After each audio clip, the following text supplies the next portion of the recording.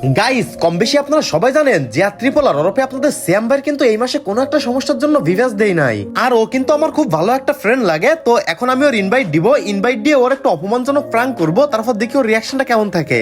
এই তো গাইস চলে আইছে। কিরে মিরাজ, কি অবস্থা বন্ধু? কেমন আছস? তুই কারে বন্ধু বলতাছস বুঝতাছি না। তুই কি আমার বন্ধু হওয়ার যোগ্যতা রাখিস? কিরে তুই কি কইতাছস বন্ধু? বুঝতাছি না তো এগুলার মানে কি? মানে কি বুঝতাছস না? যখন তোর কাছে আগে ভিভাস ছিল তখন তুই আমার বন্ধু হওয়ার যোগ্যতা রাখতিস, কিন্তু এখন তোর কাছে কি আছে যে তুই আমার বন্ধু হবি? স্বাভাবিক একটা ভিভাস তাই তোর নাই। হ্যাঁ রে বন্ধু, আজকে আমার কাছে বিবেচ নাই দেখা তুই আজকে আমার সাথে এরকম খারাপ ব্যবহার করতাছস। আরে ভাই, এখানে খারাপ ব্যবহারের কি আছে বুঝলাম না। তুই একটা বটলা ভাই, তোর কাছে জাস্ট একটা ভিভাস এইটা নাই। তুই কেমন লেভেলে আছিস? হ্যাঁ তুই ঠিকই বলছস, আমার কাছে বিবেচ নাই আর আমি তোর লেভেলেও নাই। আচ্ছা ঠিক আছে, আমি চলে যেতেছি তোর গ্রুপ থেকে। ভাই, বন্ধু আমার অনেক কষ্ট পাইছে মনে হয়। যাই হোক গাইস, এখন আমি আমার ভিভাসটা আনইকুইপ করব এবং ওর গ্রুপে যাব। তখন কিন্তু আমাদের দুইজনের কাছে ভিভাস থাকবে না, তখন ওর আমি সবকিছু বলে দিব। দেখি ওর রিয়াকশন কেমন থাকে তখন। কিরে আবারও ইনভাইট করলি? আরো কি অপমান করার বাকি আছে?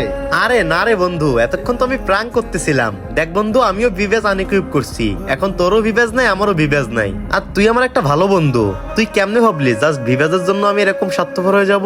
সত্যি রে, দুনিয়াটা খুবই আজব। আর তুই শোন, তুই আমার বন্ধু না, তুই আমার ভাই লাগোস।